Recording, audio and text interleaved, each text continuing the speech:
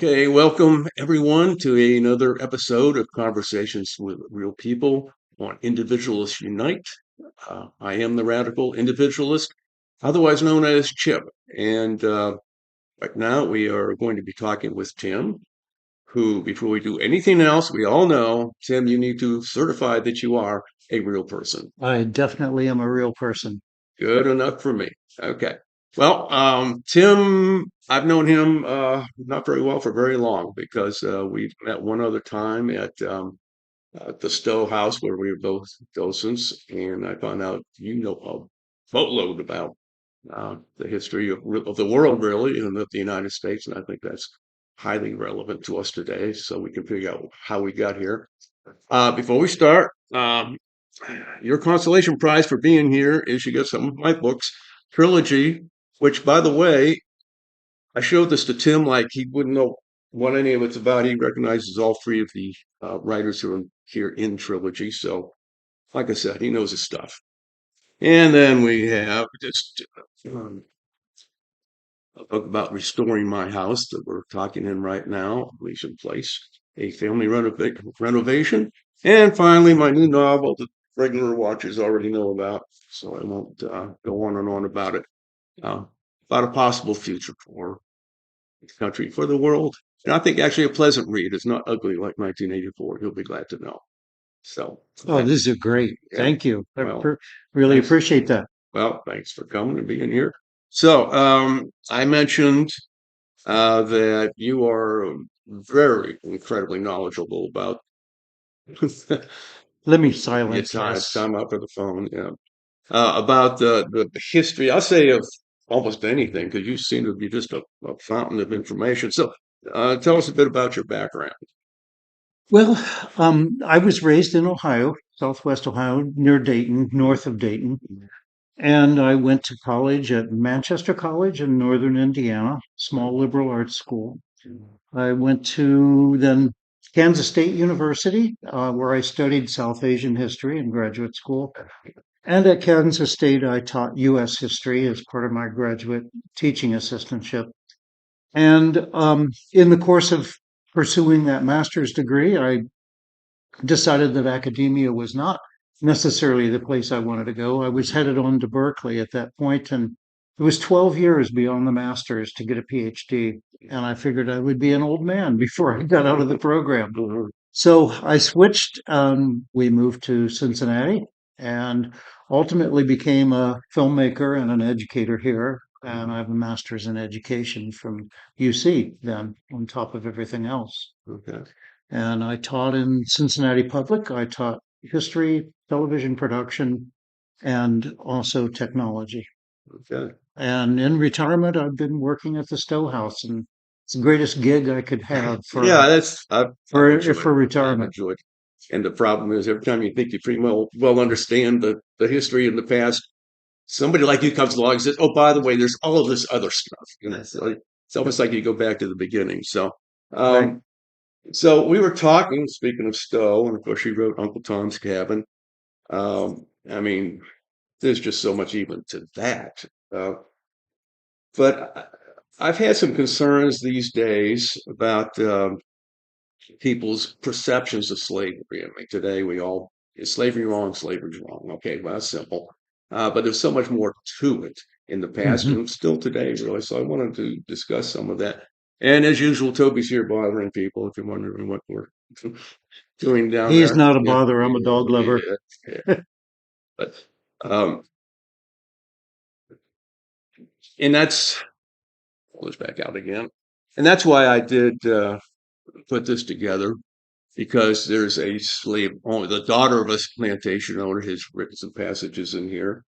Solomon Northup, some people may know the name, had been kidnapped into slavery, had been a free black, and help me on, Albion Torjee was a northern unionist who went into the South after the Civil War, became a carpetbagger. So the intermix between these three people is pretty interesting, I think. And I learned a lot just from those three books. Uh, so many similarities and so many differences. I mean, you got a slave owner and you've got a black man who's been kidnapped into slavery. Okay, they're like totally apart from each other, and yet you see some connections because they all Mhm. lived in the same time and knew a lot of the same things. You see some of those connections. Um, do you have any thought of the people of the time, of the lifestyle, and how it's different than today, or how we got from there to here? Well, obviously, slavery is one of those complex history stories in American history. It is an amazing interaction of two cultures, and it's framed by the injustice of it all Hmm. and the horror of it all. Hmm.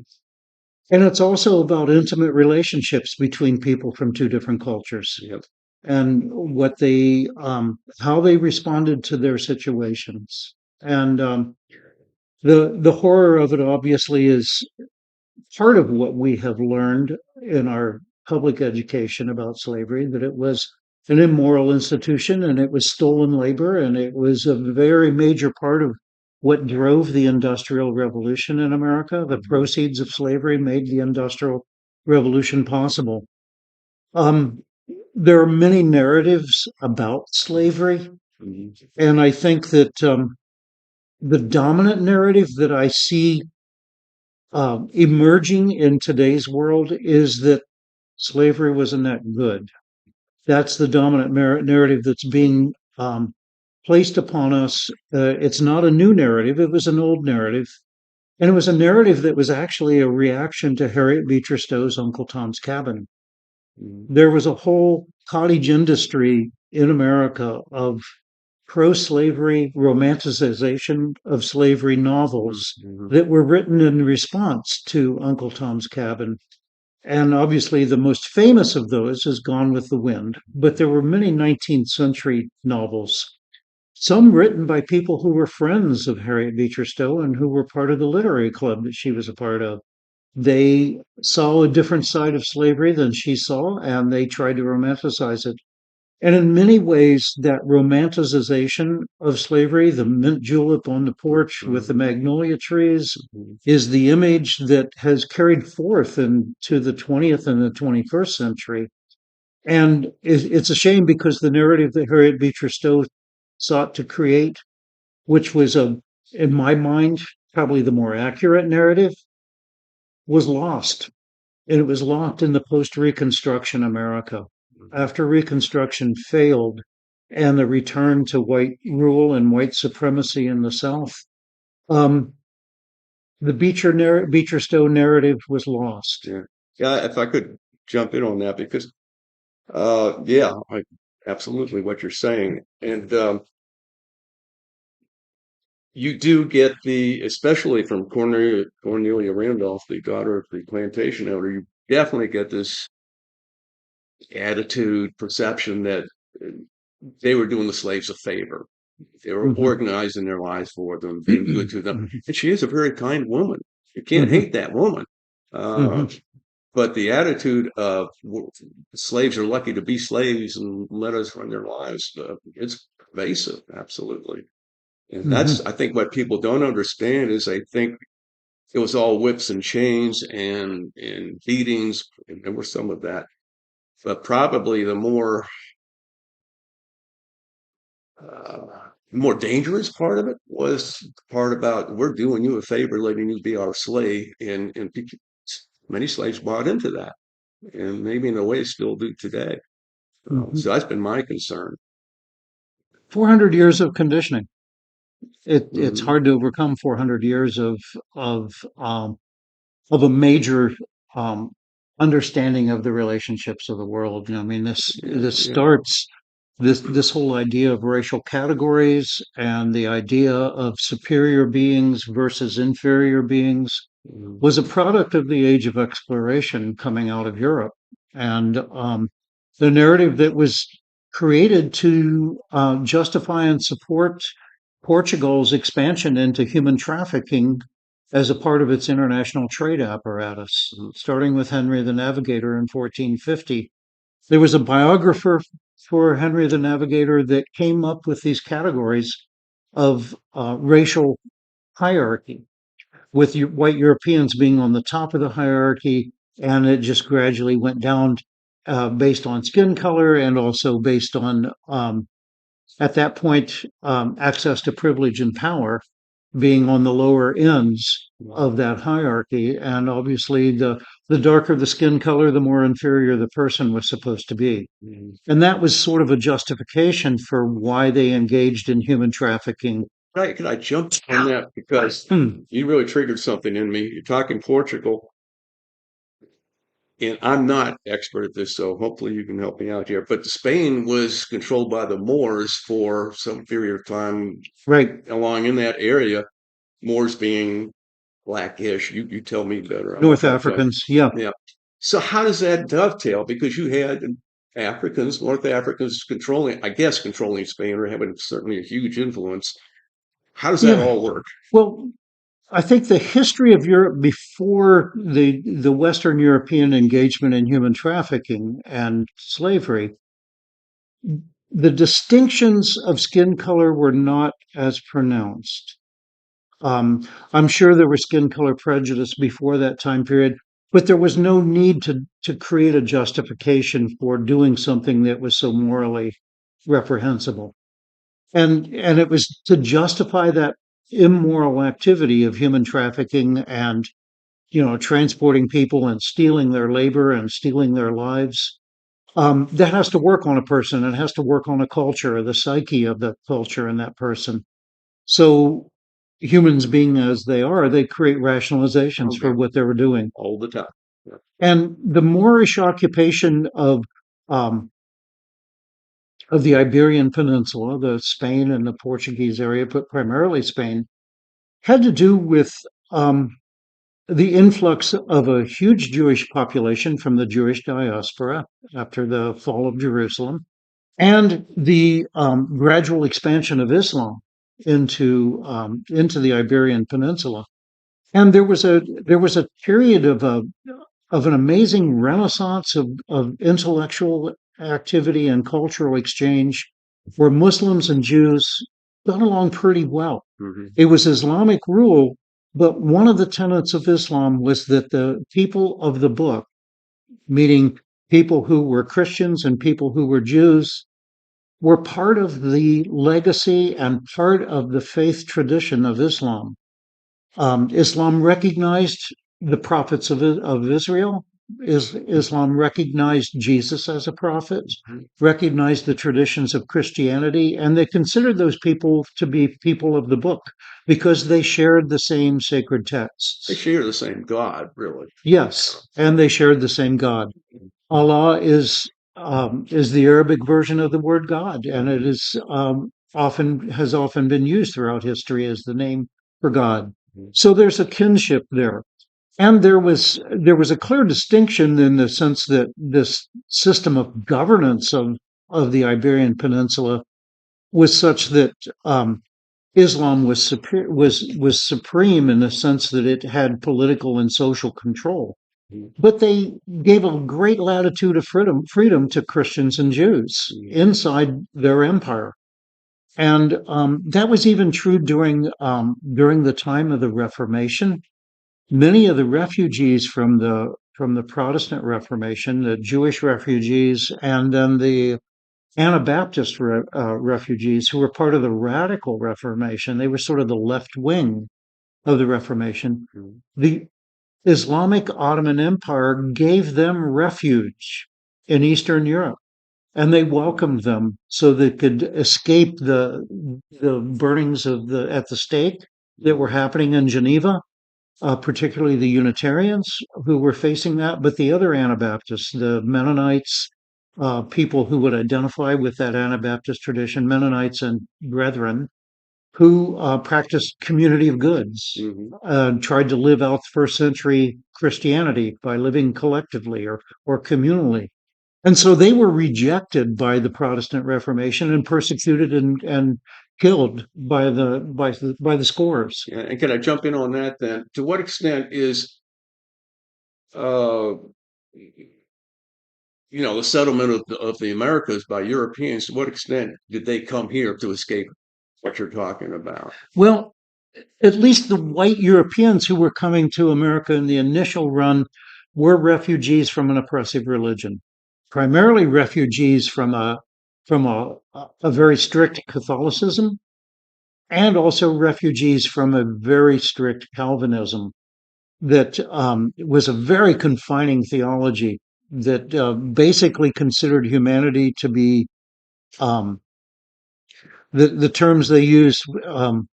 Escaping me in my senior moments at this point, but the terminology, the depravity of humanity, and that no one is worthy of salvation except through the grace of God. Mhm. And it was only because God was beneficent and was merciful that anybody got any salvation, because humanity basically was a wretched lot.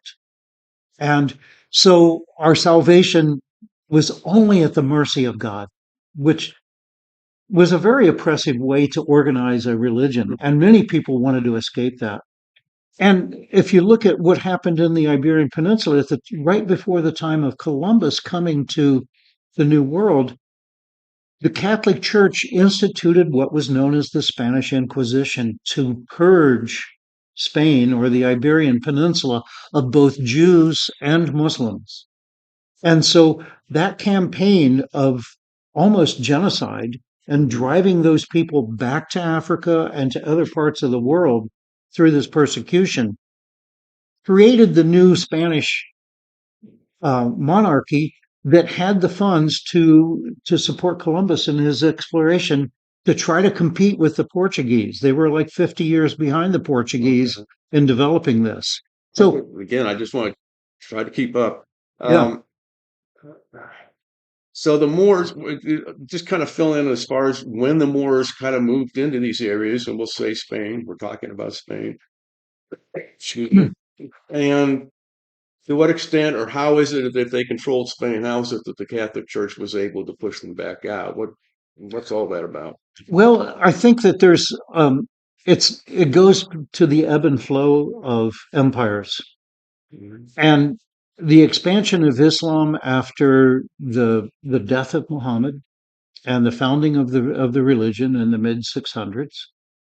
Um, there was a great expansion of Islamic rule and Islamic conquest. Sometimes the conquest was only an economic conquest, sometimes it was a military conquest, but nonetheless, it was an expansion, and it expanded all the way into the lower part of Europe. This is where Charlemagne, uh, the uh, the French monarch, was able to stop the expansion of Islam into France.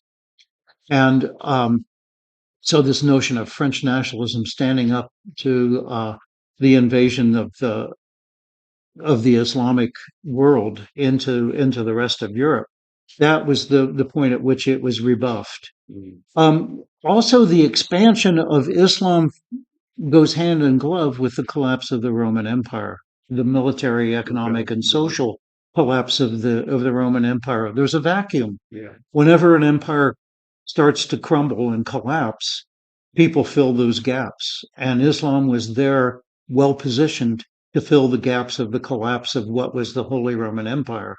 Now, the Holy Roman Empire keeps on going all the way into the time of the Reformation in the 1500s, but um, it's much weakened over the course of its time. And so it made it easy for Luther and Calvin to break away from the Catholic Church, because the Catholic Church did not have an ironclad control over Northern Europe. And there were many princes in Northern Europe who, with their fiefdoms, were anxious to get free of the Holy Roman Empire so that they could establish their own wealth and not have to pay tribute to Rome. Mhm. So they were a ready made constituency for Luther and Calvin to create their own domain, and also to adopt the religion of Luther and the religion of Calvin to support um, their independence from the Roman Empire. It was a very convenient relationship. Mhm. The problem being is that when Luther talked about the priesthood of all believers, that opened up the gates, and also the idea of the printing press, where people could actually get access to the Bible themselves. The Radical Reformation took Luther seriously and said, yes, we believe in the priesthood of all believers. In fact, we don't even believe in priests. Everybody's capable now of reading their own Bible and interpreting the Word of God for themselves. Mhm.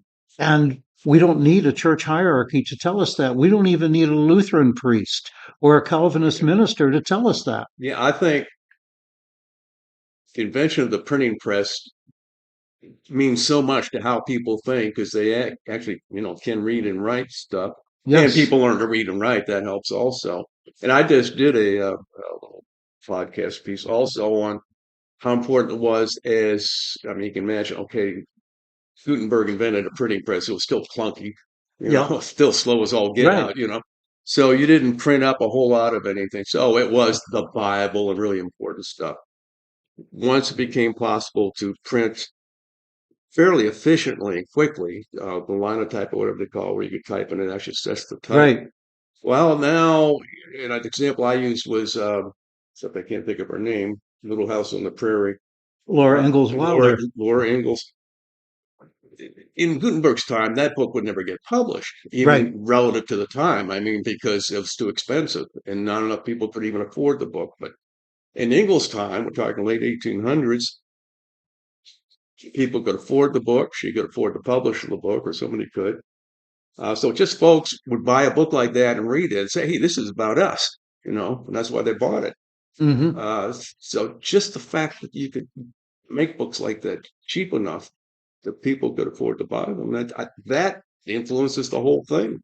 That's the beginning of a social media Yeah, yes, for sure, for in sure. in those historic time periods. And this notion of free thought then, or freer thought, maybe not free thought at this point, but at least coming to your own opinion about your relationship with God and your understanding of your faith, didn't need a priest as an intermediary, did not even need a church as an intermediary to explain the faith to you. Mhm, And that was the big power that the Catholic Church had, was that the priest was the intermediary between the people and God. mhm. And you had to go through your priest to reach God. The Protestant Reformation breaks that apart ideologically and theologically. And what the Radical Reformation did was just take that a bit further than what Luther and Calvin were willing to do, because they still believed in a social hierarchy, and they were also getting tremendous support from the political and social powers of Northern Europe to support them with that. The Radical Reformation did not have that kind of political support, and they were, by and large, ruthlessly put down. The Mennonites have a book called The Martyr's Mirror, and the forces of Luther and the forces of Calvin would burn at the stake thousands of Mennonites Mm. because they refused to um, believe in the way that Luther wanted them to believe, in the way that Calvin wanted them to believe. They believed in adult baptism, which meant that your decision to join Christian, be a member of a Christian faith, was an adult decision, not something you were baptized into as a child. But John the Baptist baptized an adult Jesus. I'm not sure where Well, that's how they got that idea. And so they were their original, they wanted to bring back a primitive Christianity. And they called it primitive Christianity without the structure of the Catholic Church. They looked at the Council of Nicaea, where the Catholic Church's doctrine is hammered out in its basic form, as the total conquest of Christianity by empire and making Christianity the religion of empire. And they resisted the notion of empire. And the so same it the was, Mennonites and so forth. Yeah, yeah. yeah. And the Quakers would have been listed as part of that Mhm. that group of people. They were primarily in England in the 17th century, and so, but that was true for the Unitarians as well. And the Unitarians got their name because they believed that God was one, and they debated Calvin and said, you cannot find the concept of the Trinity in the Bible. It does not exist. It's an invention, post biblical invention of the church. The Father, Son, and the Holy Ghost is not a biblical concept. And so they challenged them on that, and they were labeled Unitarians for that reason. That was another reason why the Ottoman Empire was attracted to the Anabaptists, primarily the Unitarians, but also to the Jews, because they all believed that God was one. So Islam had a theological siblinghood Mhm. with those elements of Christianity and Judaism, and they welcomed them there. Now, there was a political reason why Suleiman the Great wanted Jews and Unitarians to be a part of the Ottoman Empire. Suleiman could promote them inside the bureaucracy of the government, and they would never be challenging his authority because Mhm. they weren't Muslim. And it was to create a bureaucratic class that would be loyal to Suleiman and never challenge Suleiman's rule because they were not Islamic and they would not have any ability to take over the government. Okay, yeah, gotcha. They became the bureaucrats of the Ottoman Empire. Yeah. Whereas if he had filled up those ranks with other Muslims, they could all They could potentially challenge his could be a authority. challenge. Yeah. Yeah. And sometimes it would come down to familial break Mhm. aparts, Mhm. cousins fighting each other for Yeah. dominance and who was going to be the sultan. Yeah. And so there was a practical, pragmatic reason for doing that, but there was also a theological reason. And so if you go to Eastern Europe today, you can find Unitarian churches that if you go in the back rooms, there are Muslim prayer rugs in those Unitarian churches because they were joint Unitarian Muslim congregations. Yeah, it's funny you mentioned that because this is something I really don't know much about, but I do know that in the Middle East, Europe, I guess, there are any number of mosques that have become churches, churches have become mosques. And I always Right. thought, well, that was a result of conquest. And they say, well, we got a building here, let's use it. But you're suggesting maybe there was enough connection anyway. There was affinity and friendship. Hmm. And of course, there was political domination by the Islamic ruling elite, which was common in any of those situations. And every empire ruled by force. But that's true for any government. Our government is maintained by force. We have a police force. We have a military to enforce it. And so it's no different than any other empire or country or nation state. There's an element of coercion involved in the cohesion of a nation state. So, but people then coming to the United States or to North America when it was still in colonies, they were trying to escape that religious oppression because they didn't fit in. They were often lower class people who were not um, amenable to the doctrines of the Calvinist Church or to the Lutheran Church, and they were the marginal people. And so, in many ways, North America was settled by those outcasts. Now, the Pilgrims who came over brought their own version of Calvinism with them, and they had this notion of um, getting away from religious oppression. They were getting away from the oppression of the Anglican Church, and they were Calvinists living in England who chafed at the notion that the Anglican Church was just recreating the Roman Catholic Church and with the same kind of hierarchy and the same kind of pressure placed upon them. And they wanted to practice their own Protestant Calvinist kind of theology. They came to the United States or to the colonies in the early 1600s, set up their system of government, and then they instituted some things that were quite revolutionary. Even though their theology was oppressive, they introduced the notion of local church polity, where every local congregation was a self governing entity. And it was the form of the New England town meeting. It was centered around the polity of that local congregation. And there was no authority that was greater than the local congregation. So it was I miss those days. yeah, it was a definite move toward a democratic structure, even though their personal religion inside those congregations could be quite oppressive, and anybody that questioned the line of thinking and notions of predestinationism, the notions of original sin, the whole idea that there could ever be such a thing as free will, those people were cast out. That's what happened to Anne Hutchinson. Um, Funny, you should go ahead. yeah, I was just thinking. Go ahead. yeah, Anne Hutchinson gets charged with heresy at that first church in Boston.